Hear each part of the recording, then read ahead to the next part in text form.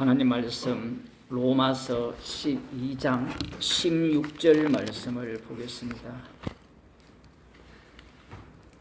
신약 성경 257쪽입니다.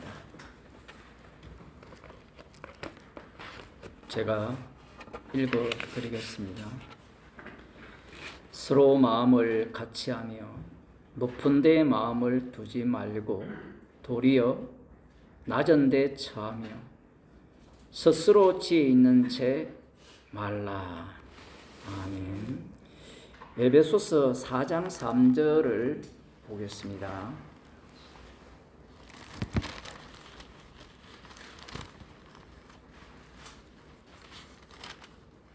(4장 3절에서 6절) 말씀.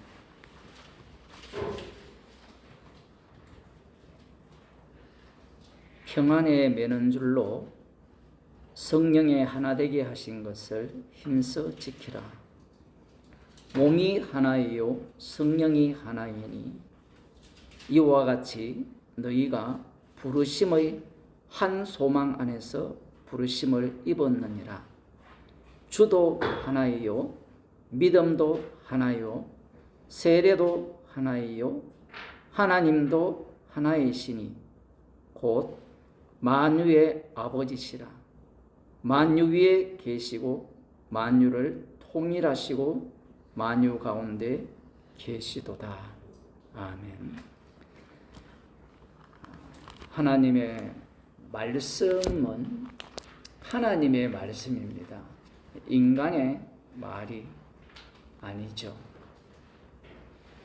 오늘 로마서 12장에서 서로 마음을 같이하며 이렇게 말씀합니다.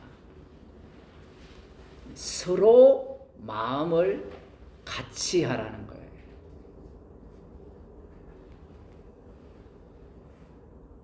우리 전집사님이 지난주 아팠거든요. 마음이 같이 돼요. 지금 돈 벌기 바쁜데 무슨 마음이 같이 돼요? 내 놀리기 바쁜데.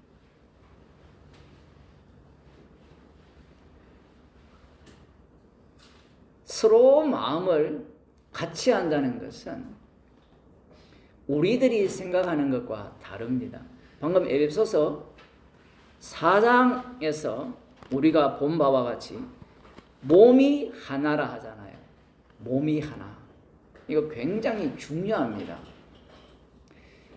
이스라엘을 6월절 어린 양의 피로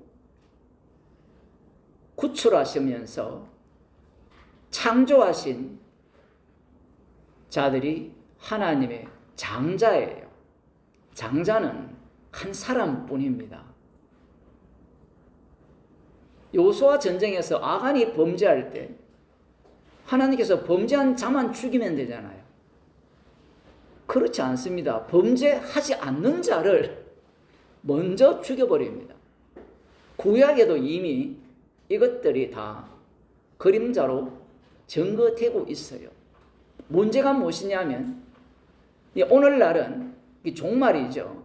예수님이 오신 이후에 인간들의 그 나의 구원성, 그 개인 구원성에 대해서 굉장히 민감하고 거기에 집착을 해요.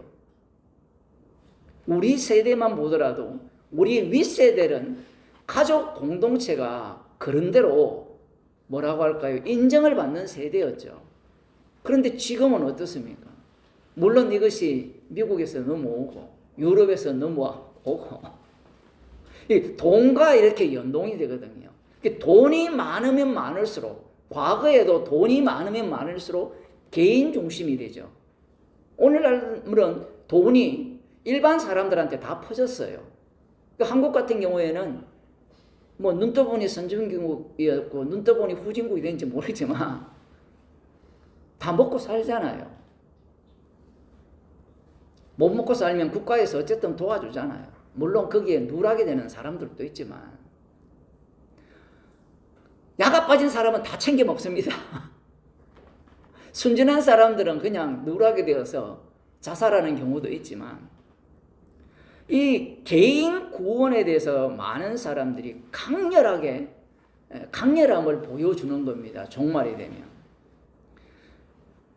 지금 로마서 12장에서 형제들이라고 이야기를 하거든요. 그리고 이런 말씀을 들을 때 형제들아 너희 몸을 하나님이 기뻐하시는 산 제물로 드려라. 이것이 하나님이 기뻐하시는 합당한 봉사다, 헌신이다 라고 하면 이 말씀을 어떻게 듣느냐 하면 개별적으로 들어요. 개별적으로. 개별적으로 듣기 때문에 이런 말씀을 들을 때 나만 구원받으면 되지. 나만 구원받으면 된다라는 신앙을 갖고 있는 사람은 제가 확신하건대 100% 지옥 갑니다. 아니, 나의 신앙이 확고한데 어떻게 지옥 갑니까? 자기를 부인 못하잖아요. 나의 구원을 지금 확신하는 것은 예수님의 말씀에 맞지 않아요. 예수님을 따라오려거든 자기를 부인하고 따라오라고 하셨어요. 예수님은 반드시 그 말씀을 자기 백성 속에 이루어내십니다. 아니 목사님, 나를 어떻게 부인할 수 있습니까? 그러니까 예수님이 십자가 지신 거잖아요. 그런데 그런 사람들의 문제가 뭐냐면 나는 예수님을 믿음으로 십자가를 의지함으로 나를 부인한다라고 하는 거예요. 그게 김성수 신학이잖아요. 그 구원파입니다.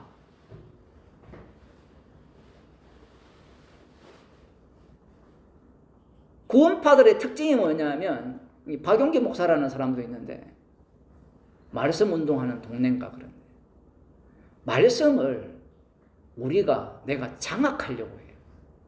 장악해버리면 남는 것은 오만밖에 없습니다. 그래서 계속해서 말씀을 획일적으로 해석해내려고 해요. 무슨 얘기냐면 역사를 서술을 할 때 역사에 일어난 모든 일들을 다 섞어버리면 일관성이 있을까요? 없을까요? 일관성이 있죠. 어느 쪽에 일관성이 있습니까? 죽었더라에 일관성이 있거든요. 그러니까 그들이 하는 긍정적이든 부정적이든 반역이 있든 독재자가 있든 왕권이 강력하게 되었든 이 역사들을 전체를 끌어모으면 한 번 죽는 것은 사람에게 정하신 것이요 그 후에는 심판이 있으리라. 이 말씀의 성취거든요. 그런데 인간들은 죽음에 초점을 맞추는 것이 아니라 어디에 맞춥니까? 살아있는 나에게 초점을 맞춥니다. 살아있는 나에게 초점을 맞추게 되면 하나님의 말씀을 어떻게 해석하고 여기까지 끌고 오느냐면 나의 구원과 직결시켜서 끌고 와요. 예수님이 분명히 성경은 내게 대해서 전한다라고 말씀하셨고 그 말씀 때문에 인간들이 남은 자들이죠.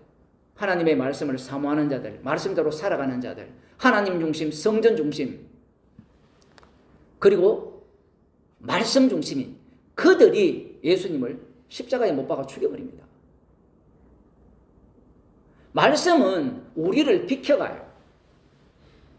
그런데 선악과를 먹은 자들은 말씀이 나를 비켜간다고 생각을 하지 않아요. 아니 비켜가죠. 그건 나 알아요. 비켜가서 예수님께 가서 다시 나한테 오잖아요. 이게 기독교 신학이에요. 그래서 성경을 해석할 때 신학이라는 것이 제가 곰곰이 생각했는데 신학이라는 것이 하나의 완벽한 우상이다 라고 제가 정의를 내립니다. 왜 완벽한 우상이 되느냐 하면 신학은 역사가 더해질수록 다듬어져요.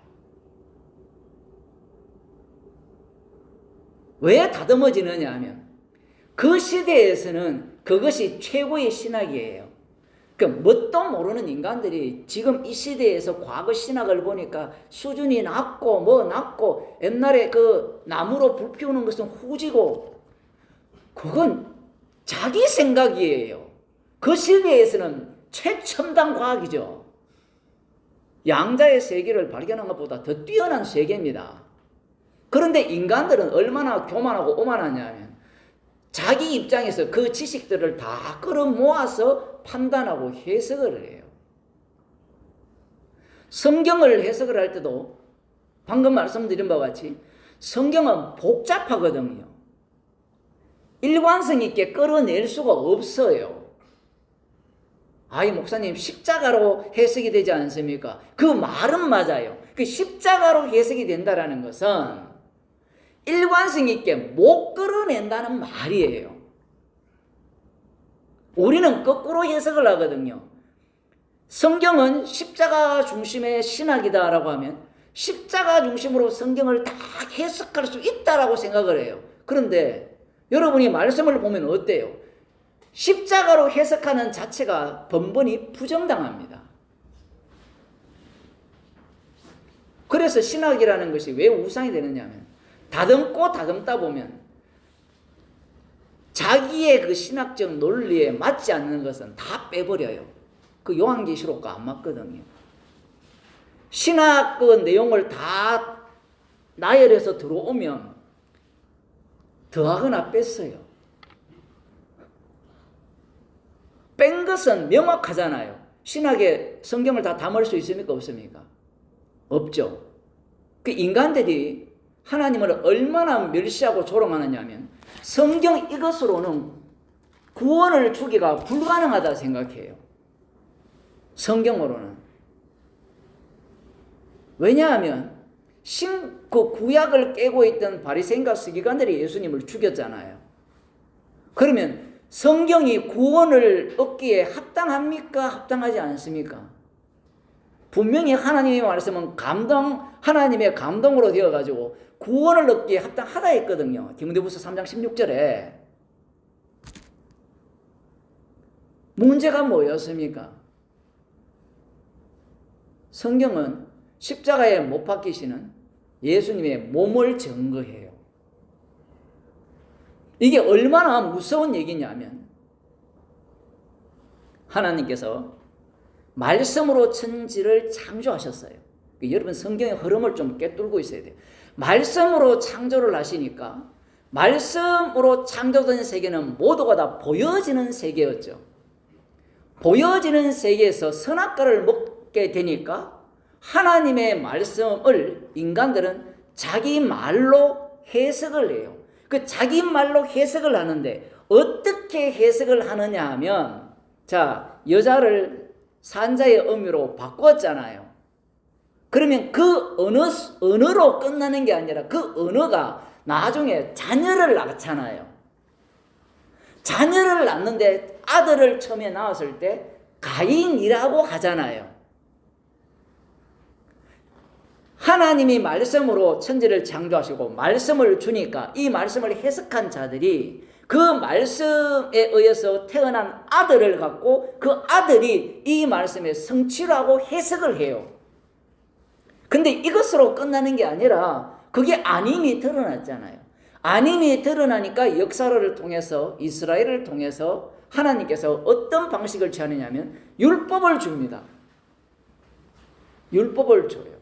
그 율법을 주시게 되니까 이 이스라엘 백성들이 이 율법을 근거로 해서 종말이 되면 무엇을 구상을 합니까? 율법대로 살아가는 나를 만들어요. 율법대로 살아가는 나. 그 신학을 아무리 바르게 만들어도 바른 신학이 구원을 못한다는 걸 자기들이 알아요. 그래서 그 하나님의 말씀의 내용을 자기 몸에 구현을 시켜요. 따라오셨습니까? 중간에 뛰어넘었지만 이거 다 설명할 수 없는 거고 하나님의 말씀을 자기 몸에 구현을 시켜요. 그게 종말에 나타난 악마입니다. 내가 말씀에 율법의 실현자라는 거예요. 율법의 의로는 흠이 없다라는 것은 맘먹는다는 거예요. 지금 여러분들이 그걸 아셔야 돼요. 율법을 주셨잖아요, 하나님이. 그런데 율법대로 다 살아요. 다 살면 이 사람은 하나님이 되잖아요.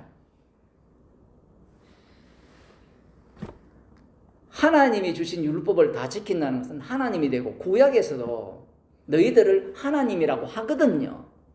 자기들은 우리는 겸손할래, 우리는 하나님이 될 수 없어, 이렇게 자기 겸손의 그 모양을 내더라도 그 모습에서는 모세의 자리에 앉아서 심판주가 되는 모습을 보입니다. 자, 그 다음 보세요. 그런데 예수님이 말씀이 육신이 되잖아요.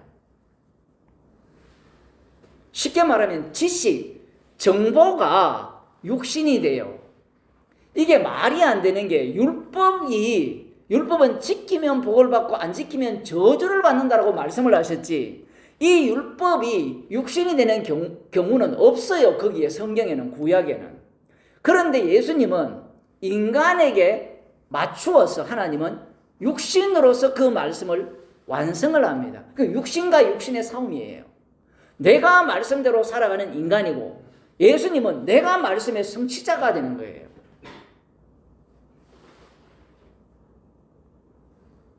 그러니 예수님을 제거할 수밖에 없습니다. 여기서 중요한 것은 뭐냐면, 성경 지식이, 인간 쪽에서 성경 지식을 해석을 할 때 예수님의 몸이에요. 십자가라는 것은 지식이 아니에요. 제발 좀 그걸 아셔야 돼요. 십자가는 지식이 아니에요. 지식일 것 같으면 우리에게 성령을 주실 필요가 없습니다. 다 가르쳐 놨잖아요. 그래서 제자들에게 다 가르쳤잖아요. 성령을 보내면 내가 너에게 가르친 것을 깨닫게 하리라. 뭘 깨닫게 해요? 뭘 깨닫게 합니까? 그 모든 말씀 하나하나가 십자가에서 예수님의 몸으로 다 이루신 내용을 증거하는 것을 깨닫게 하는데, 깨닫게 한다라는 말도 인간들은 어떻게 받아들이냐면, 성령이 오면 깨닫는다라고 생각을 해요. 깨닫는 자가 외식을 해요. 깨닫는 자가. 아니, 목사님 뭐 그렇게 어렵게 말씀을 합니까? 말씀이 어려운 게 아니라, 우리는 마귀 새끼이기 때문에, 마귀 새끼는 지금 하나님 행세를 하거든요. 어떤 하나님 행세를 합니까? 구약에 나타난 하나님 행세를 해요. 이것도 또 어려운데, 이스라엘을 통해서 여호와 하나님을 계시를 하니까 유대인들이 여호와 하나님을 믿어버려요. 그 여호와 하나님을 믿는 그 모습이 뭐냐면 악마예요. 인간 속에는 여호와 하나님 이상의 하나님을 상상을 못합니다. 구약에 보면 홍해를 가르고 비도 내리시고 온 우주 만물을 창조하시고, 그죠? 이런 신 외에 다른 신이 나옵니까? 이방 쪽에서 안 나온다니까요.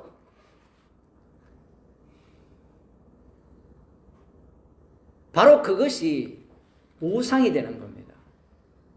여기에서 이제 말씀으로 다시 돌아와서, 말씀을 주시게 되면 이 사복음서와 성경을 주시잖아요. 성경을 주시는 이유는 예수님께서 자기 몸을 통해서 모든 말씀을 이루었다라는 것을 증거하는 차원에서 말씀을 주신 거예요. 그러면 말씀을 아무리 읽고 묵상하더라도 구원이 될 수 있다 없다? 없다라는 이야기입니다. 그러면 왜 하나님의 감동으로 된 말씀을 부지런히 가르치라고 말씀합니까? 방금 그 얘기예요. 예수님이 부지런히 가르쳤잖아요. 사람들의 논리가 뭐냐면, 성령으로 구원될 것 같으면 배울 필요가 뭐 있습니까? 이 논리를 펴거든요. 이 신비주의자들이거든요. 근데 웃기는 게, 배울 필요 없어 성령 받았다 주장하는 사람은 모두가 다 십자가의 원수들로 행해요. 자기가 성령 받아버리면 뭐가 되죠? 그 사람들의 논리는 구원받은 자가 되잖아요. 근데 성경은 뭐랍니까? 성령을 받게 되면 주님의 증인이 돼요. 지금 주님은 다시 돌아와서 몸을 구원했어요. 몸을. 그래서 오늘 본문에서 서로 같은 마음을 품으라고 하는 거예요. 자, 여기에 논리의 모순이 있습니다. 예수님의 피로 한 몸을 만들었잖아요. 그러면 같은 마음을 품으라 할 필요가 있어요? 없어요? 한 몸을 만들었다면 성경을 볼 때 좀 생각을 해야 됩니다. 생각을 사람들이 안 해요. 자, 그러면 제가 여러분에게 그것은 어렵다 하시면 여러분이 한 몸이죠. 한 몸인데 서로 같은 마음이 돼요, 안 돼요? 어떻습니까? 같은 마음이 돼요? 안 되잖아요. 통제권에서 벗어나 있다고요. 주님이 자기 피로 한 몸을 만드실 때 이 한 몸 자체를 우리의 그 망상이 있잖아요. 예수님이 십자가의 피로 만들었으면 저절로 하나가 돼야 된다는 거예요. 저절로. 그렇게 하나로 만들 수 있는 방법은 우리가 지금 정치 세계에서 목격하고 있잖아요. 한 마음이 되는 방법은 간단합니다. 우리를 한 마음은 대충 만들고요. 안 돼요. 한 마음이 내부로 들어가면. 공동의 적을 만들면 돼요.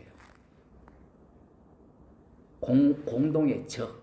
우리의 적을 만들면 한 마음이 돼요. 그게 교회에서 사용하는 방식이에요. 그런데 십자가의 대적자들은 누굽니까? 우리 자신이죠. 뭘. 그렇게 설교를 하면 불쾌하죠. 예수님께서 한 몸을 만들었다면 서로 마음을 같이 하라는 이 말씀을 할 필요가 없이 성령이 모두가에게 임했잖아요. 그러면 자동으로 한 마음으로 만들면 안 됩니까?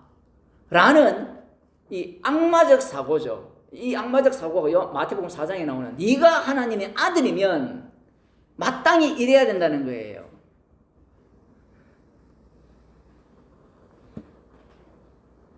젊은 사람들 중에 교회를 등지는 이유 중에 하나가 뭐냐면 그리스도인이라면 이렇게 살아야 된다는 거예요. 우리 교회에 오는 사람은 부담이 없죠. 그리스도인이라면 이렇게 살아라는 말을 안 하니까. 그런데 대다수의 교회는 그리스도인이면 이렇게 살아라고 이야기를 해요. 그 미국 드라마 중에 영 셸던이라는 드라마가 있어요. 혹시 보셨습니까? 이 어린 자녀가 있는 분들은 시즌 7까지 나오는데 꼭 한번 보세요. 특히 예수 믿는 사람들. 거기 엄마가 나오는데 엄마가 자녀들에게 굉장히 율법적으로 가르칩니다. 교회 가야 되고 뭐 가야 되고 하면서 자신은 담배 피고 술 마시고 열받는다고 그 리얼하게 표현해 놓은 거예요. 그러니까 애들이 교회 가겠어요?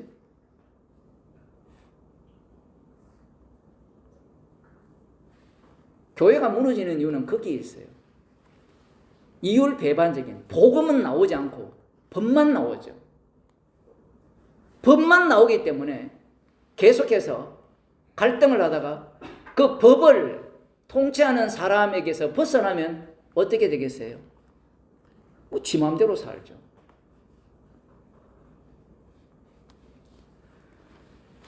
다시 말씀으로 돌아와서 몸이거든요.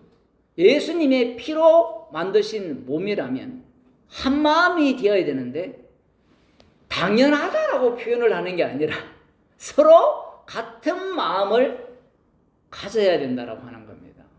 서로. 이 말씀의 취지가 뭐냐라는 거예요. 아니 목사님 말씀대로 믿으면 안 됩니까? 이 말씀대로 서로 같은 마음을 품으려고 애쓰면 안 됩니까? 그 인간들은 단순하기 때문에 그럽시다라고 이야기를 하는데 그럽시다 해놓고 같이 막상 대화를 내보면요 어떤 사건에 대해서 한 마음이 안 돼요. 그래서 지난번에 제가 가면 쓴다 했잖아요. 그 교회에서는 가면을 잘 써야 돼요. 어차피 특히 이제 연세 많은 장로님들은 목사들이나 장로들은 다 알아요. 젊은 전도사도 다 알아요. 이 교인들은 다 사기꾼들이고 집 밖에 모르고 자기 사랑에 미친 인간들이라는 걸 다 알아요.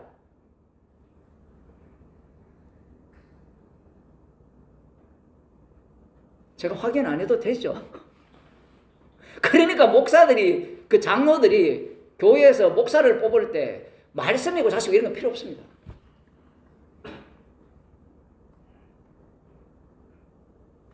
우리 말을 잘 들을 그런 사람, 아니면 교인수 늘릴 사람.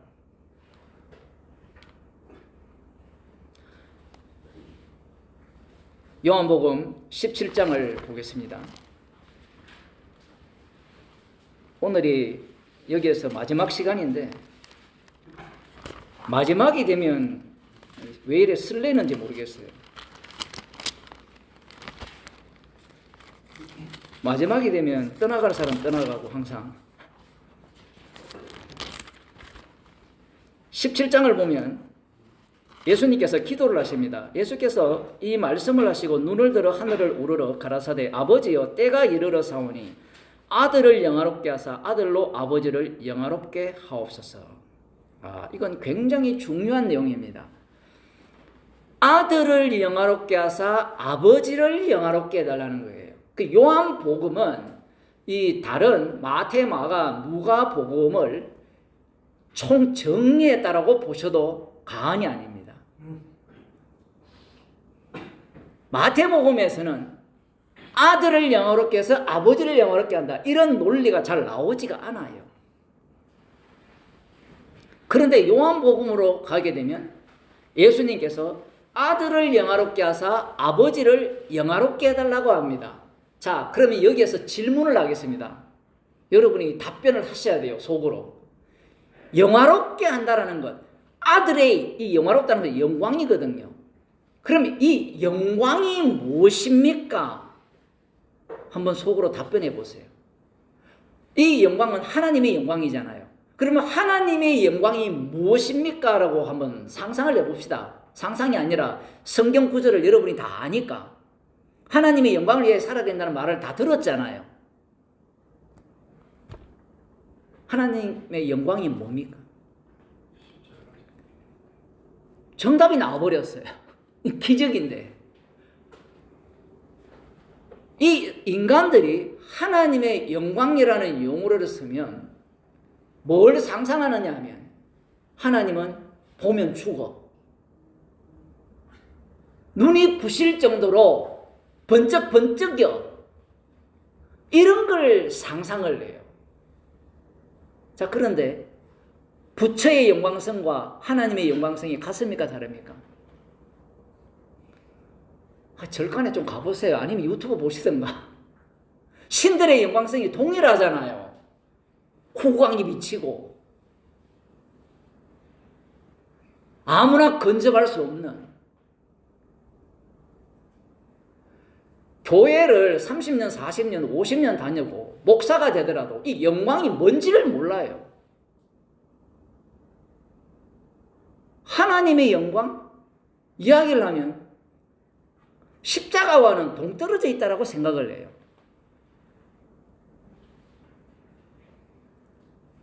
그렇지 않습니다. 여러분, 항상 이렇게 생각해야 돼요. 우리가 성경에 나오는 그 용어들이, 성경에 나오는 용어들이 있잖아요. 그 용어들을 볼 때 이방인과 동일한 생각을 갖는 그런 의미라면 나도 성경적인 의미로 그 말씀을 보는 게 아니라 엉터리로 본다는 거예요. 그래서 똑같은 성경을 보는데도 사이비가 등장하고 유대교가 나오고 사두개인들이 나오는 거예요. 바리새인들이 나오고. 왜 그러냐면 성경을 해석을 할 때 내가 처한 현상에서 성경을 해석해내거든요. 내가 처한 현상에서. 출애굽기 14장 4절을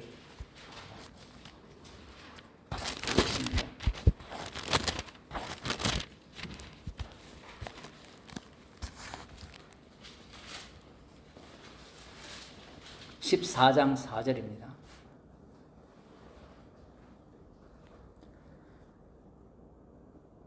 구약에 하나님의 영광이 나타나는 그 장면들은 사실 생각보다 많지 않아요. 그런데 그 영광의 성격이 어떠한가를 분명히 출애굽기에서 말씀을 하셨거든요. 그런데 하셔도 인간들의 문제는 앞서 말씀드린 것 같이 영광이라는 단어를 딱 읽는 순간 자기가 아는 영광을 생각을 합니다. 봅시다. 여기 보면 내가 바로의 마음을 강팍해 한즉 바로가 그들의 뒤를 따르리니 내가 그와 온 군대를 인하여 영광을 얻어 애굽 사람으로 나를 여호와인 줄 알게 하리라 하시매 무리가 그대로 행하니라. 바로의 군대를 통하여 바로의 마음을 강팍히 해서 하나님께서 영광을 얻어서 애굽 사람으로 나를 여호와인 줄 알게 할 것을 말씀하셨어요. 그런데 애굽 사람이 여호와인 줄 알아요, 몰라요? 그 홍해에 수장을 하더라도 애굽 사람이 여호와를 알아요, 몰라요? 알기야 알지만 하나님께서 하시는 말씀은 그런 취지가 아니잖아요. 누구만 압니까? 애굽에서 구출받은 자들만 알죠. 그럼 하나님의 영광은 어떻게 드러났어요?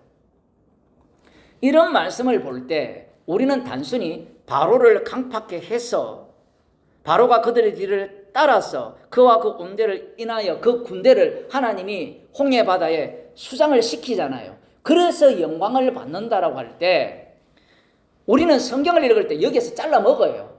그러면 수장을 시킬 때 수장을 그들만 시켰는데 이스라엘은 어떻게 했습니까? 이스라엘은 하나님을 원망하면서 땡깡을 부를 때 가만히 있어. 모세가 지팡이를 통해서 홍해바다를 가르고 마른 땅처럼 건넜잖아요. 이게 한 세트거든요. 한 세트. 천국과 지옥이 있잖아요.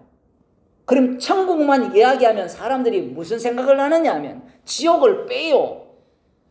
지옥을 빼버리면 천국이 이야기가 안 돼요.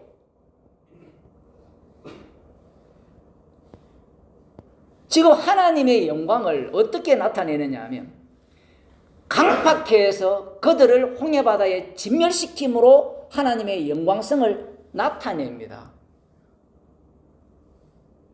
그건 무엇과 관련되어 있습니까? 예수님이 십자가에 달려 죽으시면서 모든 것을 다 이루셨잖아요. 그분이 요한복음 7장에도 17장에도 나오거든요. 심판하는 주가 돼요. 심판주가 드러나는 현장이 하나님의 영광이 드러나는 현장이에요. 에스겔에 나오는 그 1장에서 그 환상도 하나님의 영광이라는 그런 표현들이 나올 때 그 영광의 내용들이 세세하게 이렇게 쪼개 들어가면 이스라엘에 대한 심판입니다. 영광이라는 개념 자체를 바꾸시라는 거예요. 이게 왜 중요하냐면 하나님이라는 개념이 바뀌잖아요. 똑같은 엘로힘인데 엘로힘의 하나님이 여호와의 이름으로 나타나게 되면 기존에 갖고 있던 엘로힘 개념은 이방인들도 다 갖고 있잖아요. 그것이 부정당합니다. 그리스도라는 개념 다 알아요. 그런데 예수님이 그리스도가 되시면 기존에 갖고 있던 인간의 해석의 그리스도는 다 부정당해요.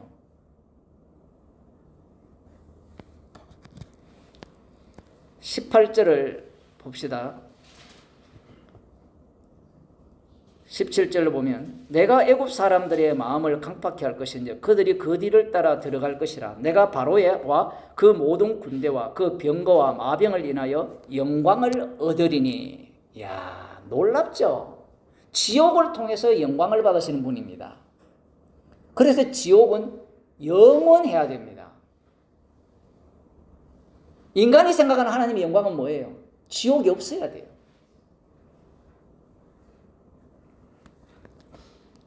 15장 6절을 봅시다.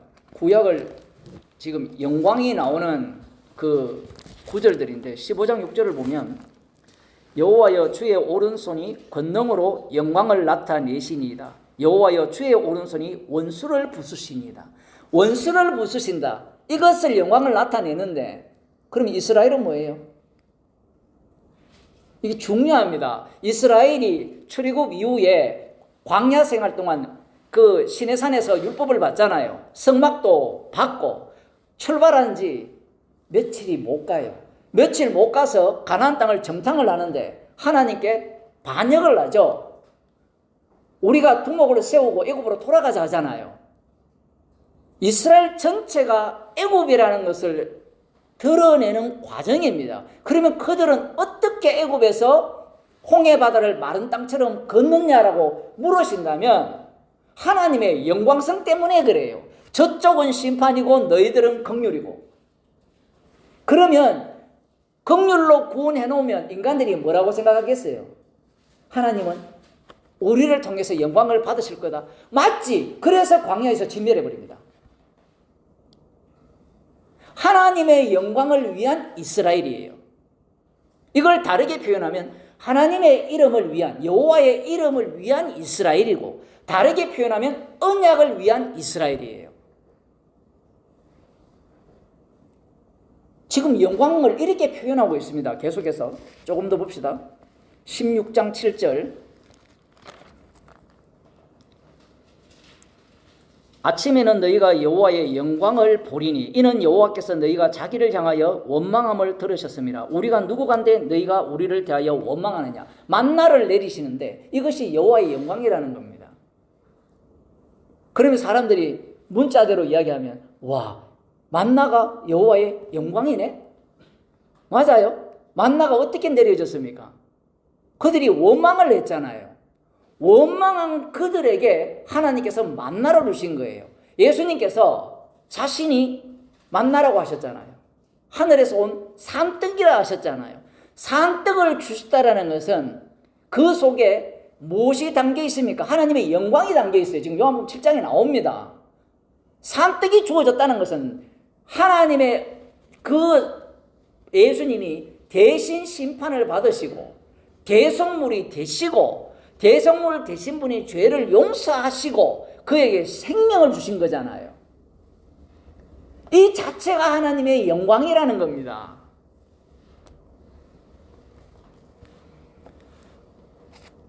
(10절을) 보면 아론이 이스라엘 자손의 온 회중에게 말하며 그들이 광야를 바라보니 여호와의 영광이 구름 속에 나타나더라. 이렇게 되어 있거든요. 여호와의 영광이 구름 속에 나타납니다. 그럼 그 영광성은 무엇을 담고 있어요? 심판성과 심판 속에서의 구원이 담긴 영광이에요. 나중에 성막이 이스라엘 가운데로 내려오잖아요. 하나님의 구름이 떠오르잖아요. 영광성이. 그 성막 안에서는 어떤 일이 벌어집니까? 죄인이 있고 죄인 때문에 피 흘리는 희생물이 있잖아요. 그리고 그 피로 인하여서 용서받는 자가 있잖아요. 이 자체가 영광성을 드러내는 겁니다. 우리는 그냥 영광이라니까 하나님의 영광 이렇게 이야기하는데 하나님은 절대로 그렇게 안 나타냅니다. 세세하게 명확하게 하나님께서 자신의 영광성을 드러내는 거예요. 늦게 오신 분이 계시니까 영광에 대해서 말씀드리면 인간이 생각하는 영광이 뭐냐면 하나님의 영광스럽다라고 하면 번쩍번쩍이에요. 요즘은 이 기술이 발달해가지고 영광성을 인간들이 표현할 만큼 다 표현해요. 그런데 그 표현은 다 엉터리라는 겁니다. 기존 교회에서도 하나님의 영광을 이야기할 때 영광? 그래 영광스럽지. 그 영광스러운 게 뭐냐? 그러면 부처와 같은 영광이라 했죠.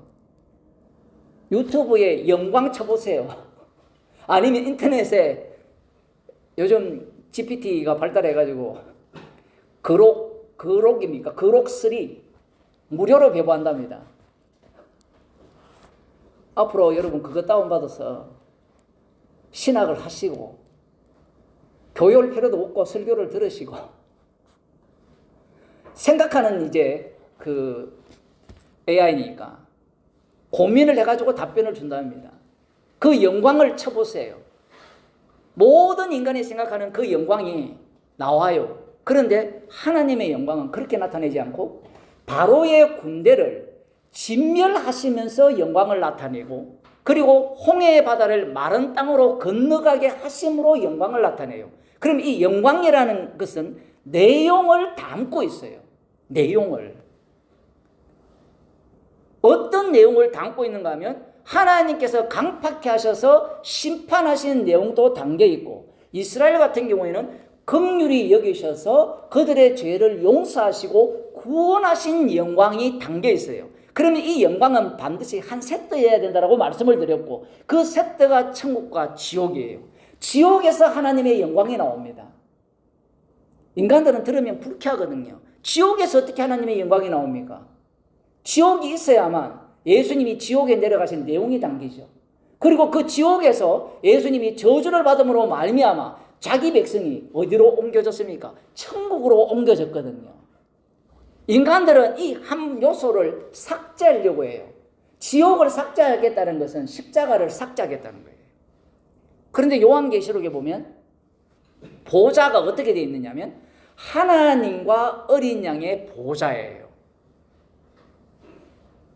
성경에 그렇게 이야기해도 인간들은 하나님과 어린 양의 보좌가 이 하나님 나라의 모습을 보이는데 표현을 하자면 어린 양의 보좌를 삭제하려고 해요.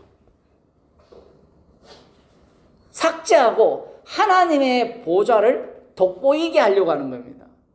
왜 그러냐면 인간의 본성은 십자가를 싫어해요. 그리고 천국을 십자가의 피를 이용해서 가고 싶어 해요. 이용해서 천국에 갔으니까 이제 말씀이 육신이 되신 예수님 안녕히 가세요 하고 보내버리는 겁니다. 그런데 요한계시록 보면 하나님과 어린 양의 보좌예요. 왜 그러냐면 이 하나님은 요한복음에 의하면 어린 양을 통해서만 드러납니다. 유대교의 신학은 보통 인간들의 신학은 하늘로부터 출발을 해요. 유대인들은 하늘로부터 출발을 하지 않습니다. 유대인과 이방인의 차이는 유대인들은 계시로부터 출발을 해요. 계시한 하나님을 바탕으로 해서 하나님이 어떠한 분인가를 알아냅니다. 놀랍잖아요. 이방인은 계시로부터 출발하지 않고 자기로부터 출발하죠. 그게 우상이거든요.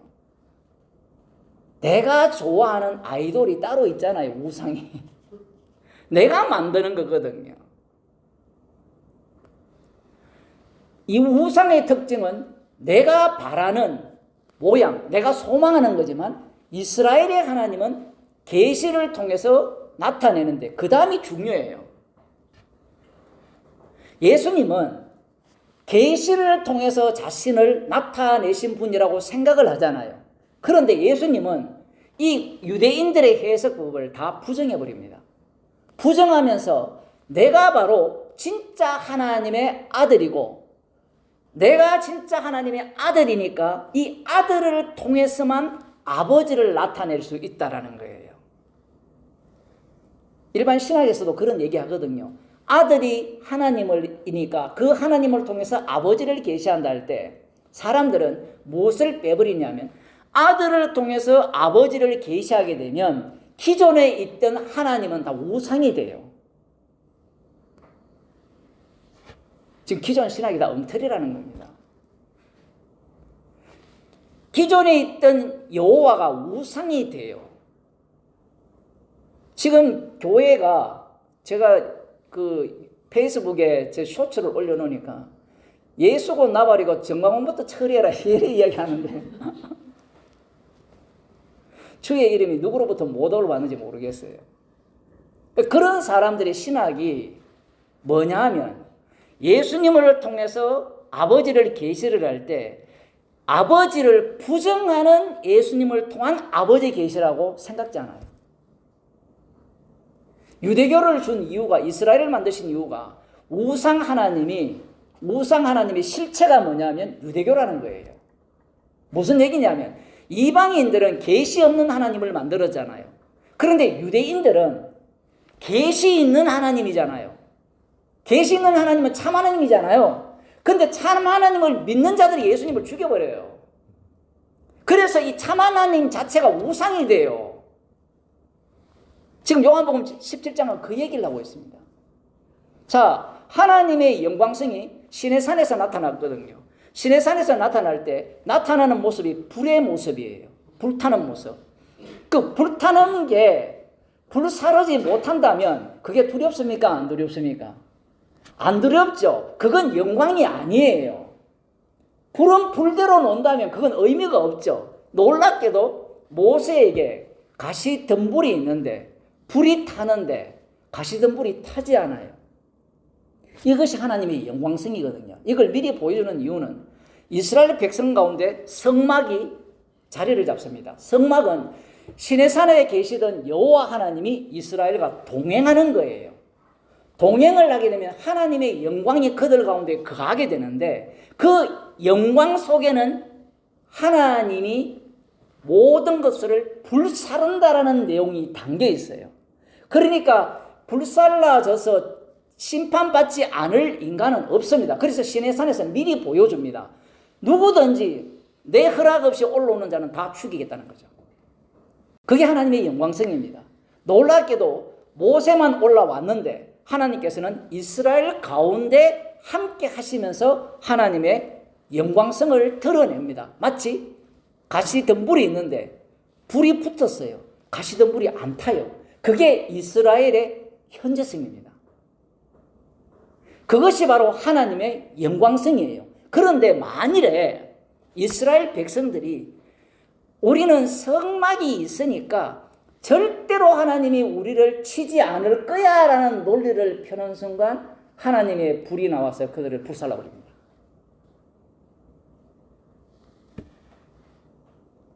민수기 16장에 나오거든요.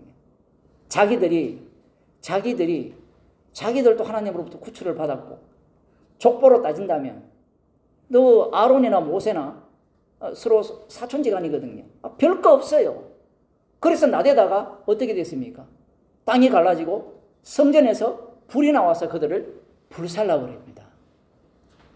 철저하게 하나님은 자기 영광만을 드러내시는 하나님이에요. 우리가 말하는 영광은 영광이 아니라는 겁니다. 그래서 지금 다시 요한복음 17장으로 와서 아들을 영화롭게 하사 1절입니다. 하반절에 아들을 영화롭게 하사 아들도 아버지를 영화롭게 하게 하옵소서 이렇게 나옵니다. 본래 그 아들이 누구냐 하면 이스라엘이에요. 출애굽기 4장에 보면 이스라엘을 하나님의 아들 장자로 만들었거든요. 그 아들들이 하나님을 영화롭게 해야 되는데 영화롭게 못했어요. 그래서 마지막에 진짜 아들이 오셔서 아버지를 영화롭게 하는데 영화롭게 하는 방법이 뭐냐면 아들이 먼저 영화롭게 되어야 된다는 거예요. 이거 진짜 논리가 맞아요, 틀려요? 아버지가 영화롭게 되고 그 다음 아들이 영화롭게 될 거 아니에요. 우리 사극 같은 데 보면 임금이 있고 그 세자에게 왕권을 물려줄 때 어떻게 합니까? 저 왕권을 물려줌으로 말미암아 물려주는 순간 뭐가 돼요? 아버지는 끝났죠. 맞잖아요. 그게 세상사잖아요. 사람들이 이 본문을 그렇게 해석을 하는 걸 먼저 봐야 돼요. 그런데 하나님 나라의 원리는 어떻게 되는가 하면 아들이 주가 됨으로 말미암아 아버지의 주대심이 완벽하게 드러난다는 거예요. 희한한 논리예요. 예수님이 상속자거든요. 하나님 나라 왕권의 상속자인데 그 상속자가 상속을 제대로 함으로 말미암아 하나님의 심판주 되심이 제대로 드러난다는 겁니다. 이건 철학적으로 이해하면 안 돼요. 왜냐하면 예수님이 육신을 입고 이 땅에 오셨기 때문에 그래요. 그래서 제가 아까 지식이 아니라 했잖아요. 지식일 것 같으면 이런 지식을 우리한테 던져주고, 그래, 아들이 영화롭게 되는 걸 네가 믿고 알면 아버지를 영화롭게 돼, 이런 논리로 갈 수 있는데, 아버지의 영광성에 대해서는 이스라엘을 통해서 구체적으로 드러났고, 마지막에 그 아버지의 영광은 아들을 통해서 아들이 영광을 먼저 받음으로 아버지가 영광 받겠다는 그 논리를 예수님이 말씀하는 겁니다. 이거는 우리하고 코드가 안 맞아요. 우리는 교회에서 하나님께 영광 돌린다 하잖아요. 그게 얼마나 악마적이냐면 예수님의 기도와도 맞지 않아요. 예수님께 영광을 돌리는 것이야말로 아버지 하나님께 영광을 돌리는 거예요. 마치 어떤 논리냐면, 자식이 있고 부모가 있는데 자식이 하는 말이, 내가 부모님을 기쁘게 해. 그 말이 뭐 필요합니까? 시험 잘 치면 기쁘잖아요. 안 아프면 기쁘고, 취직 잘하면 기쁘고, 맞죠? 기숙사 공짜로 되니까 기쁘잖아요. 자식이 효도 아니에요, 효도. 그게 기쁨이거든요. 지금 예수님께서는 아들을 영화롭게 해달라는 거예요. 그러면 아들을 영화롭게 하는 방법, 우리 성경을 모른다면 어떤 방식이 있습니까? 야, 너 아들이니까 어떻게 해야 돼요? 기름 부으면 세워서 왕으로 세워버리면 돼요. 마치 누구처럼? 사울왕처럼. 사울왕은 특이해요. 다윗과 너무 달라요. 사울왕은 기름 붓고 세우자 말자 왕 행세를 합니다. 근데 다윗은 하나님이 세우신 왕인데 왕으로서 세움을 입었는데 쫓겨다녀요. 계속해서 쫓겨다닙니다. 왕이 된 이유도 마찬가지죠. 아들을 어떻게 영화롭게 하느냐? 아까 우리가 장로님이 답변하시피 십자가로 영화롭게 하는데 그 과정을 봅시다. 아버지께서 아들에게 주신 모든 자에게 영생을 주게 하시려고 만민을 다스리는 권세를 아들에게 주셨음이로이다. 이게 굉장히 중요하죠. 아버지께서 아들에게 주신 모든 자에게, 그러니까 아버지께서 아들에게 주신 모든 자에게 영생을 주시기 위해서, 주게 하기 위해서 만민을 다스리는 권세를 아들에게 줬다라는 거예요. 우리가 구약을 모르면요, 이 말씀을 이해를 못해요. 구약에서는 누가 구원하고 누가 심판합니까? 여호와가 구원하고 여호와가 심판을 해요. 그런데 예수님이 뭐라고 하시는가 하면 만민을 다스리는 권세를 아들에게 주셨다라는 거예요. 이렇게 돼버리면 구약에 나오는 여호와를 부정하는 예수님이 돼요. 그래서 마태복음 26장에 이 대제사장들이 열받는 이유가 뭐냐면 인자가 심판을 한다라고 해버려요. 하나님만이 유일한 심판조인데 구약을 보면 예수님이 심판조라고 해버리니까 가만히 안 있는 겁니다. 좀 더 봅시다. 아들에게 주신 모든 자에게 영생을 준다 했잖아요. 이것은 사도행전에 보게 되면 영생 주시기로 작정된 자만 믿게 돼 있어요. 그러면 심판하는 권세라는 것은 어떤 요소를 담고 있는가 하면 심판해서 지옥 보내는 요소와 심판하시는 분이 친히 심판을 당하면서 함께 심판을 당하게 해서 영생 주시기로 작정된 자를 구원하는 내용이 담겨 있습니다. 이게 영광이에요, 영광. 좀 어려우면 쉽게 말할게요. 예수님께서 누가복음에 보면 마태복음은 달라요. 마태복음의 두 강도는 다 예수님을 조롱했습니다. 그런데 누가복음에서는 한 강도는 예수님께 자비를 구합니다. 그럴 때 예수님이 십자가상에서 오늘 네가 나와 함께 낙원에 있으리라고 말씀을 하셨고, 다른 쪽은 뭐예요? 조롱하면서 끝났어요. 그게 이 땅에 일어난 상황이잖아요. 요 자체를 영광이라 하는 겁니다. 사람들이 이걸 잘 못 믿어요. 무슨 얘기냐면 예수님이 죽어가면서 구원시켰잖아요. 그러면 사람들이 뭐라 하겠습니까? 죽는 주제에 그 구원받으면서 죽어버렸잖아요. 그러면 사람들은 논리적으로 따지면 그게 무슨 구원이냐? 그런데 성경은 정반대예요. 그 자체가 영광이라는 겁니다. 그런데 유대인들은 그걸 영광으로 볼까요? 안 볼까요? 안 보죠. 안 보니까 뭐랍니까? 네가 하나님의 아들 아들이라면 너도 십자가에서 내려와서 너도 구원하고 우리도 구원하라 이야기예요. 그게 강도 이야기고, 그리고 모든 사람들이 조롱하는 거거든요. 그들이 생각하는 영광성은 구약의 하나님이에요. 마치 애굽의 바로를 치시고 그들을 홍해 바다를 가르고 구원하시면서, 그 당시에는 애굽이지만 짐승이 누굽니까? 로마 제국이잖아요. 로마 제국을 진멸하고 구원하는 그러한 메시아를 원하는 거예요. 오늘날 교회로 치면 종북 좌파들은 다 쓸어버리고 우리가 꿈꾸는 세상을 이루어야 된다. 요 생각이 뭐냐면 악마적 생각입니다. 예수님이 그럴 것 같으면 그 당시에 종북 좌파가 누굽니까? 로마 제국이잖아요. 제거시켜야 되죠. 제거 안 합니다. 사도 바울이 정치운동한 적이 없어요. 왜냐하면 예수님의 나라는 이 세상에 속하지 않았기 때문에 그래요.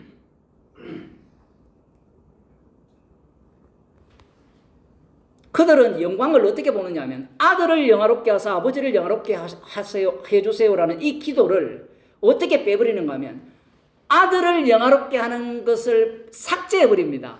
그들도 인정을 하는데 아버지를 영화롭게 하는 것으로 바로 가버려요. 바로 가게 되면 유대인들이 꿈꾸는 하나님 나라가 있다 했죠. 유대인들이 꿈꾸는 하나님 나라가 지금 같은 이스라엘이에요. 까불면 핵으로 무장해서 엄청난 무기를 동원하여서 돈을 동원하여서 폭격을 해버리는 방식이에요. 그게 그들이 기다리는 하나님 나라였어요. 그 신학 사상을 오늘날 기독교인들이 그대로 갖고 있는 겁니다. 젊은 사람들도 적지 않죠. 왜? 생각하는 게 귀찮거든요. 어려운 이야기 하지 말고 쉬운 이야기 하라. 그리고 분노가 끌어올라요. 그 분노가 안 끌어올리면 운동을 좀 해야 되거든요. 이런 말을 사람들은 이해를 못해요. 애들이 지금 한 20년 전과 초등학생이 오늘날과 운동량이 한 5분의 1로 줄었대요. 우리 때만 해도 쉬는 시간만 되면 총알같이 달려나가잖아요. 그러니까 정신병자가 거의 없어요. 그런데 지금은 뭐예요? 쉬는 시간만 되면 휴대폰 끄고 앉았어요. 그러니까 정신병에 걸리는 겁니다. 만민을 다스리는 권세에게 아들에게 주셨다라는 것이 영광입니다. 그런데 공짜로 줍니까? 아니죠. 십자가에 달려 죽으심으로 말미암아 심판 주가예요. 그러니까 이것도 얼마나 웃깁니까? 만민을 다스리는 권세를 주려면 십자가 안 지고 권세를 주면 누구나가 보고 믿을 수 있잖아요. 그게 마태복음 4장에 나오는 마귀가 시험한 내용이에요. 네가 하나님의 아들이라면 내한테 절해라. 그러면 세상 권세와 영광을 주겠다는 거예요. 어느 것이 더 하나님 아들답습니까? 십자가에 못 박혀 죽는 것이 하나님의 아들과 이 영광스러운 모습입니까? 아니면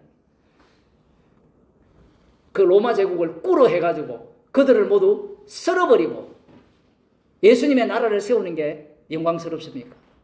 인간은요, 죽었다 깨어나도 그 영광을 못 버려요. 심지어 복음을 안다고 하는 우리조차도 그 영광을 계속해서 상상을 해요.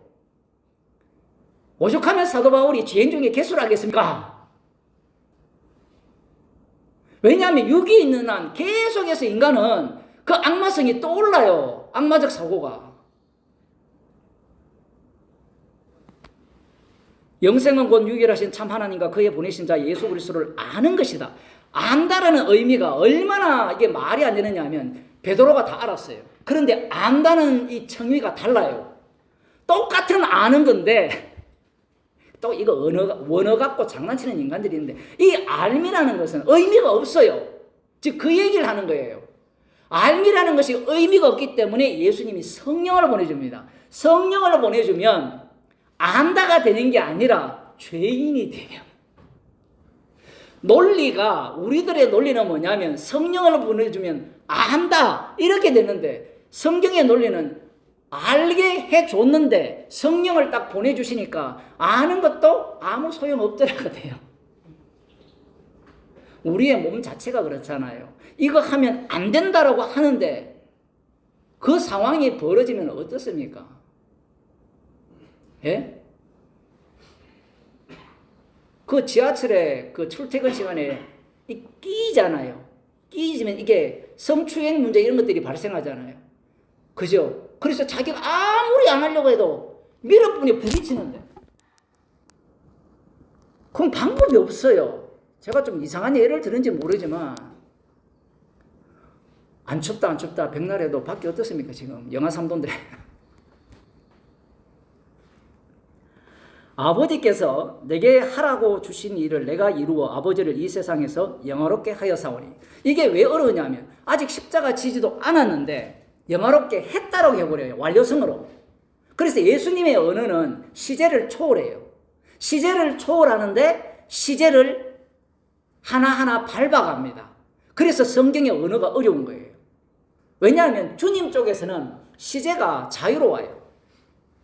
이건 나중에 서신서에도 똑같이 시제가 왔다 갔다 합니다. 완료형도 있고 미완료형도 있고 현재 진행형도 있고 이런 내용들이 다 있는 이유가 뭐냐면 말씀이라는 것은 너희들이 장악 못한다는 거예요. 그런데 사람들은 이걸 안 믿어요. 가는 세월 잡을 수 있습니까? 유행가를 100날 불러도요, 교회에서는 가는 세월 잡을 수 있다라고 해요. 목사들이 사기꾼이죠. 왜냐하면 가는 세월을 어떻게 잡느냐 하면 교회를 장악해서 자식에게 물려주면 돼요. 정강훈처럼 거의 지금 중소기업 넘어갔잖아요. 어떻게 될지 모르지만 아들, 딸에게 다 지금 돈 되는 일들을 다 하잖아요. 제가 예를 그 사람만 들지만 다른 교회도 똑같아요. 교인 100명만 넘어보세요. 좀 더 봅시다. 아버지를 이 세상에서 영화롭게 했다는 거예요. 이게 굉장히 중요합니다. 죽어서 영화롭게 하는 게 아니라 이 세상에서 예수님이 육신을 입고 오셔서 영화롭게 한 거예요. 이 영화로움이 성립이 안 되면 죽어서도 영화로움이 안 돼요. 그래서 요한계시록 보면 죽은 자들이 누구 보좌 앞에 있어요? 하나님과 어린 양의 보좌 앞에 있는 거예요. 그래서 천국은 이 땅에서의 연속성이에요. 불연속성이 아니라. 그 연속성을 어떻게 표현하느냐면 연속은 연속인데 불연속이에요. 썩을 것으로 심고 썩지 아니할 것으로 거둔다는 겁니다. 사람들은 이 얘기를 하면 썩을 것으로 심는 것은 필요 없어. 그래 빨리 죽고 천국 가야지. 이런 자들은 100% 지옥 갑니다. 그래서 자살하는 자들은 지옥 가요. 천국의 원천은 말씀이 육신이 되신 분, 하나님은 아버지를 어디에서 영화롭게 했습니까? 이 땅에서 영화롭게 했어요. 어떻게 영화롭게 합니까? 이 땅의 인간들에 의해서 살해당한 그 자리에서 영화롭게 한 겁니다. 그럼 목사님은 우리가 그 죽은 이후의 세계를 부정합니까? 부정하는 게 아니고 가장 강력하게 지지를 하죠. 지금 예수 안 믿으면 지옥 갑니다. 사람들의 논리가 뭐냐면 어차피 선택받은 자는 천국 가니까 내가 내 마음대로 살다가 주님이 알아서 하겠지. 지옥 갑니다. 예수님을 믿어야만 구원을 얻어요.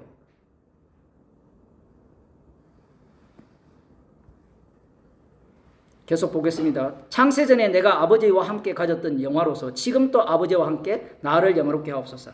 이 신학자들이나 목사들이 여기에 미쳐 있어요. 창세전에 내가 아버지와 아들과 함께 가졌던 영화가 뭡니까? 지금 목사들 모여있는 그 토론방에 이런 얘기가 나오거든요. 제가 질문하고 싶어요. 창세전에 아들이 아버지과 가졌던 영광이 뭡니까? 여러분 알아요? 창세전에 가보지도 안 해놓고 뭘 알아요? 그러니까 말귀를 못 알아들어요. 방금 분명히 이야기했잖아요. 앞부분에서. 이 세상에서 아버지를 영화롭게 한 것이 창세전에 아버지와 가졌던 영광이에요. 이렇게 되면 어떤 이야기가 되느냐면 인간은 시간을 창세전부터 출발할 거 아니에요. 시간을 창세전, 현재, 미래 이래 가잖아요. 그러면 방금 이 말씀에 의하면 창세전에 아버지와 함께 가졌던 영광이 뭐냐면 여기에서 얘기를 하게 되면 창세전의 영광은 부정당해요. 이걸 안 믿어요, 사람들이. 뭐냐면 천지를 창조했잖아요. 천지를 창조한 하나님이 아들을 통해서 천지를 불태워버리잖아요. 아니 목사님, 부정하는 방식 외에는 복음을 전할 방법이 없습니까? 그 어떤 인간은 그런 신학이 있어요. 부정신학이라고. 하나님은 부정만 하면 하나님이 드러난다. 그 논리가 아니라 왜 부정이 되느냐 하면 인간은 무가 아니에요. 특히 유대인들은 무가 아니에요. 유대인들이 창세전을 모를까요? 다 알아요. 창세전을 다 알아요. 그 창세전에 계셨던 하나님이 이스라엘을 통해서 계시를 하셨거든요. 그런데 예수님이 기도를 할 때 창세전에 아버지와 함께 가졌던 영화로서 아들을 영화롭게 해달라 이렇게 이야기하면 답이 나왔잖아요. 벌써 십자가에서 영화롭게 된다는 거. 그 심판주거든요. 십자가 없는 심판주는 없습니다. 왜냐하면 십자가가 없어버리면 죄 용서가 없기 때문에 그래요. 구원받을 자가 없기 때문에 그래요.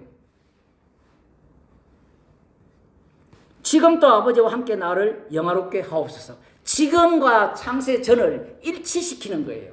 그런데 신학자들은 창세전과 지금의 영광을 분리시킵니다. 왜 그러냐면 지금 십자가의 영광은 여러분 그게 영광스럽습니까? 안스럽습니까? 솔직히 여러분의 몸이 지금 영광스럽습니까? 안스럽습니까? 뒤에 나오거든요. 이미 주님이 우리를 영광스럽게 했다 해요. 영광 안스럽죠? 그러니까 우리는 마귀한테 속는 거라 얘기해요. 그런데 그걸 인간들이 속으면서 이렇게 얘기하는 겁니다. 창세전의 영광과 현재의 영광을 구분해요. 그리고 현재의 십자가의 영광은 창세전 영광과 비교할 수 없다라고 이야기를 해요.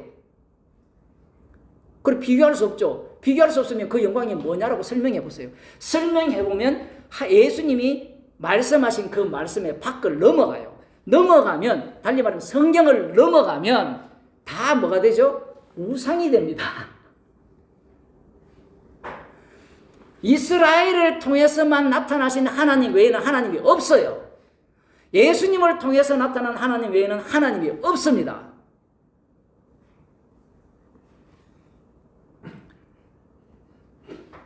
여러분은 지금 웬만한 목사들 신학자보다 훌륭하신 분입니다. 이 말씀을 알아들으면. 봅시다. 6절.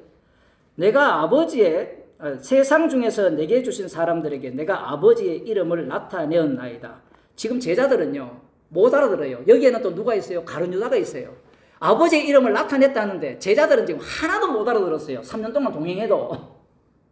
그러니까 예수님의 말씀은 어떤 의미냐면 나타냈는데 예수님은 나타냈어요. 나타냈는데 저들은 하나도 못 알아들어요. 못 알아듣는데 나타내셨다는 이 말씀에 의해서 가룟 유다는 하나도 못 알아듣고 지옥 가고 뒤에도 나옵니다. 나머지 제자들은 나타냈는데 못 알아들었는데 못 알아듣기 때문에 예수님을 부인하고 팔아먹었고 그 팔아먹은 자를 대신하여서 예수님이 피를 흘리셔서 자기 백성을 구원하는 것을 나타낸 거예요. 과정이 복잡해요. 철학만 복잡한 게 아니고 어떤 분이 제가 글을 써놓으니까 그 바리새인과 서기관들의 성경 해석법 써놓으니까 댓글을 달았는데 그 사람 이력을 보니까 철학을 전공했더라고요. 왜 이렇게 복잡하게 설명하느냐? 철학자들은 더 어렵게 설명해요. 내가 문제인데 계속해서 기존 교회가 단답을 줬잖아요. 단답을 주니까 세뇌당하는 거예요. 생각을 해야 돼요. 제가 어디서 들은 얘기인데 우리가 부모들이 목사들이 자녀를 교육할 때나 장로들이 교육할 때 뭐라고 교육하는 거? 안 돼. 안 돼. 해. 이것만 교육하는 거예요. 그 애들이 그 말만 듣습니까? 다 자기 생각하는데. 그러면 셸던이라는 아까 영 셸던이라는 걔는 천재거든요. 11살에 대학을 갔어요. 논리적으로 다 따져요. 그러면 성경의 논리를 갖고 반박을 하면 되는데 반박을 못해요. 너 그거 아니야. 믿어. 엉터리야. 누가 그거 듣습니까? 그런 식으로 성경을 가르쳐 온 거예요. 단답식으로. 그러니까 맨날 찬양하는 데 가가지고 미치는 거예요. 찬양 그게 뭐냐면 마약이에요. 그 마약에 빠져드는 겁니다. 후련하거든요. 그걸 과거에는 새벽 기도라고 합니다. 통성기도, 금요기도 집회. 통성기도 하면 속이 후련하죠. 그걸 오늘날은 어디에서 합니까? 심리 상담. 맞죠? 상담가님. 와서 뭐예요? 온갖 배설물을 토해놓죠.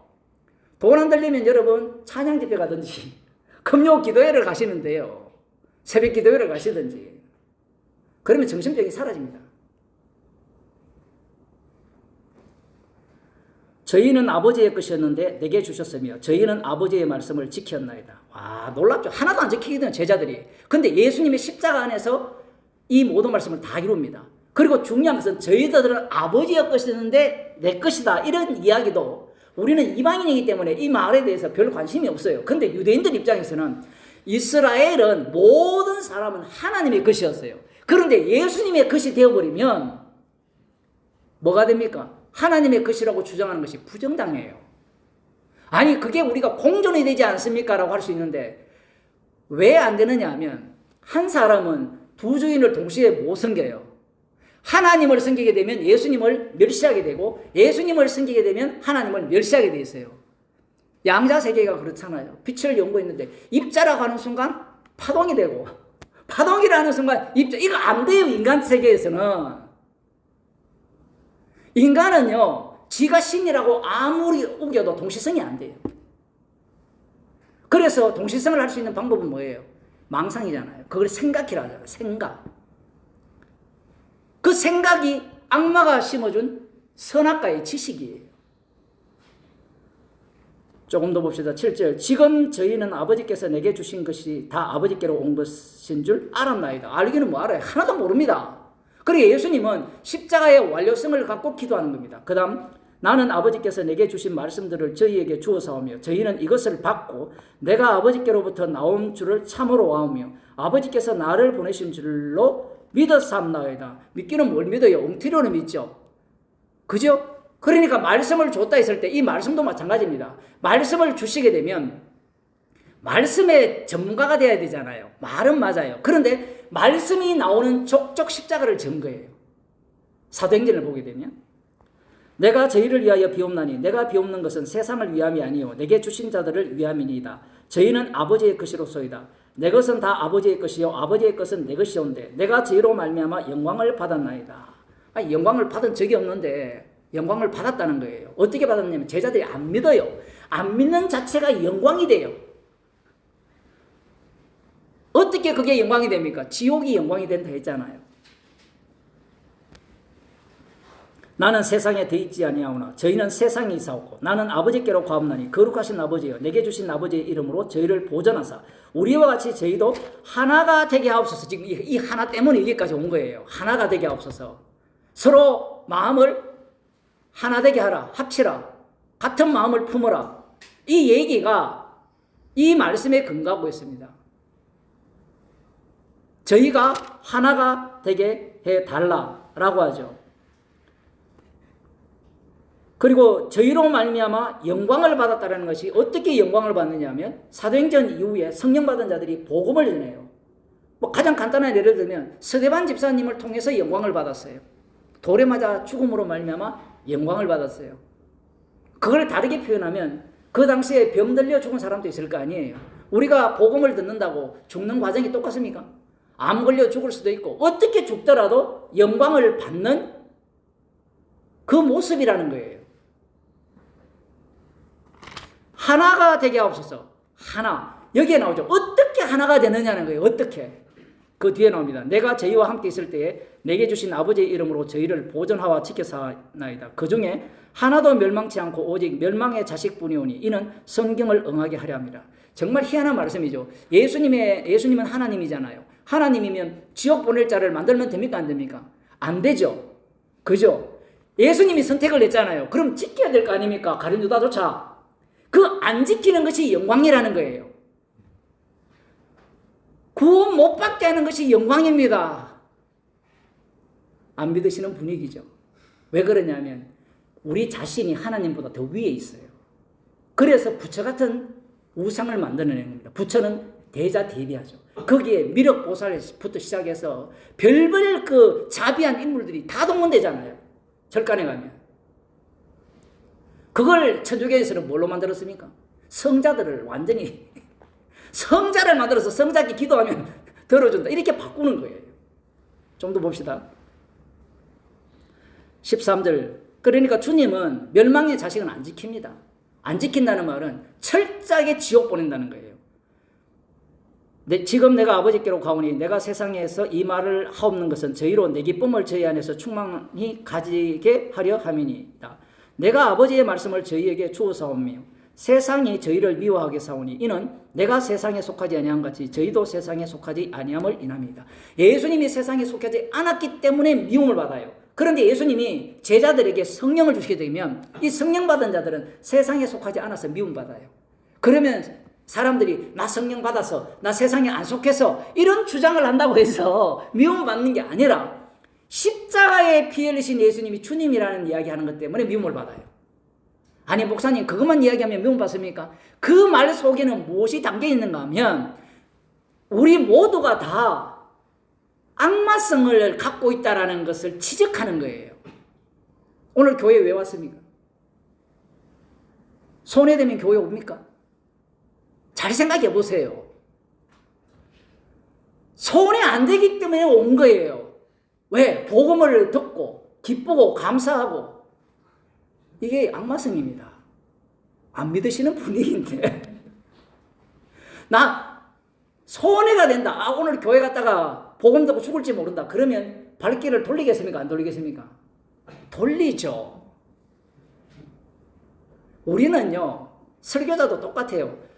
나한테 이익이 안 되면 안 해요. 그런데 주님은 이익이 안 되는 걸 시켜요.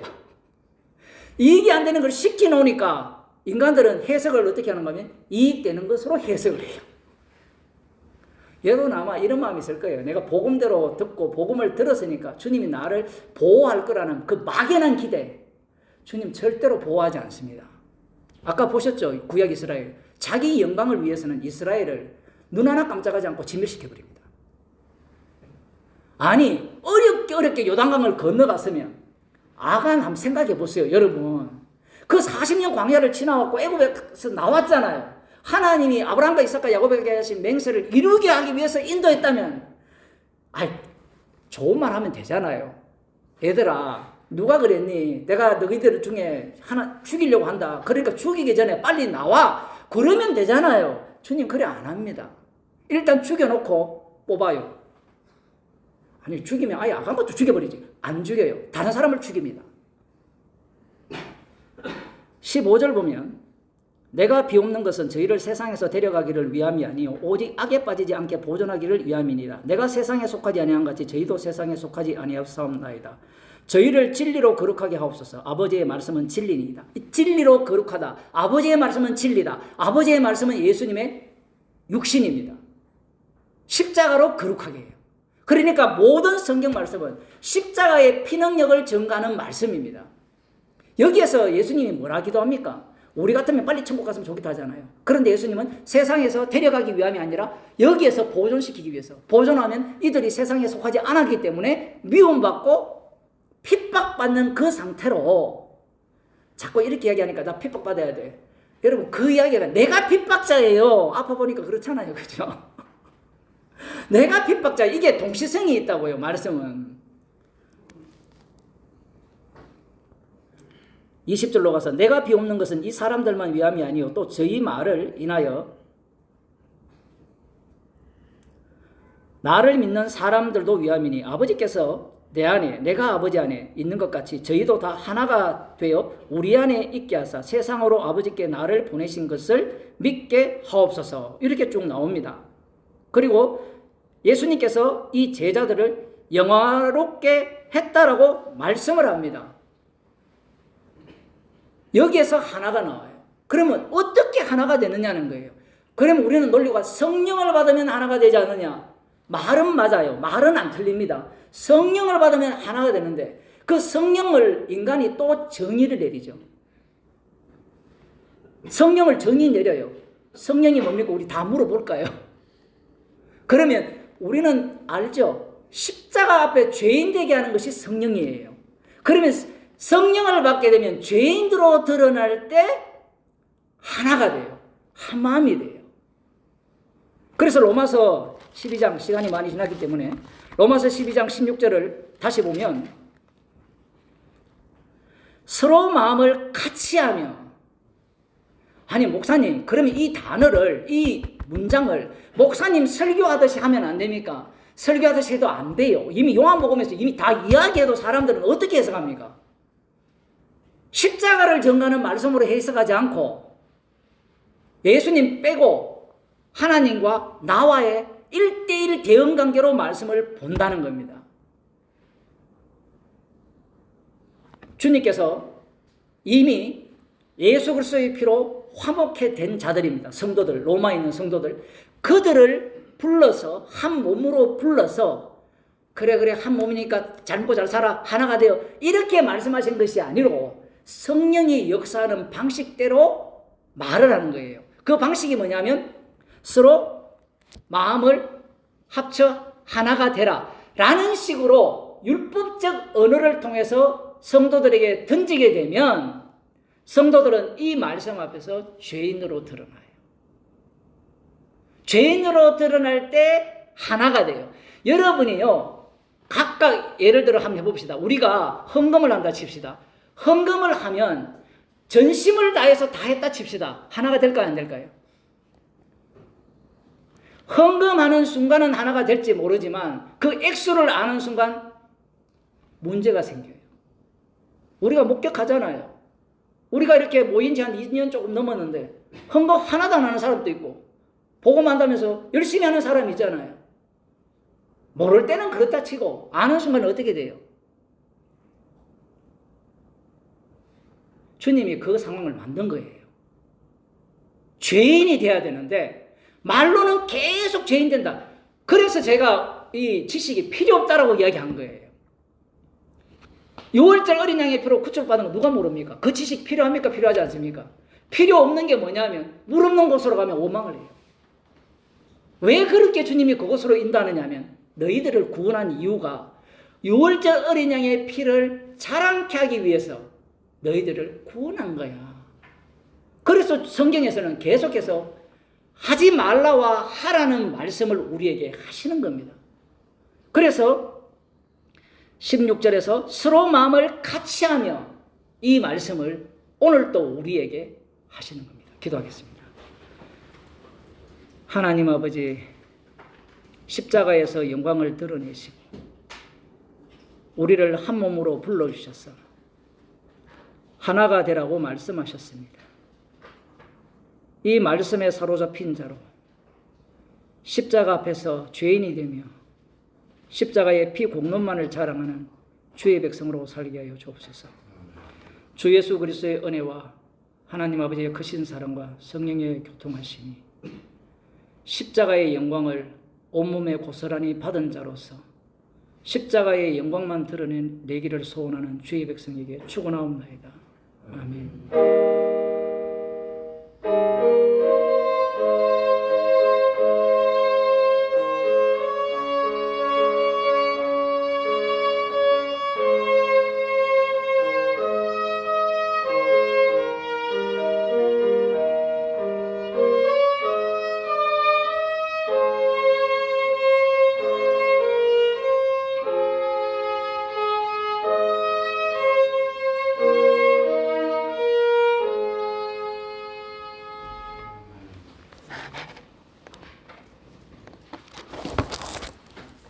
잠시 뵙겠습니다.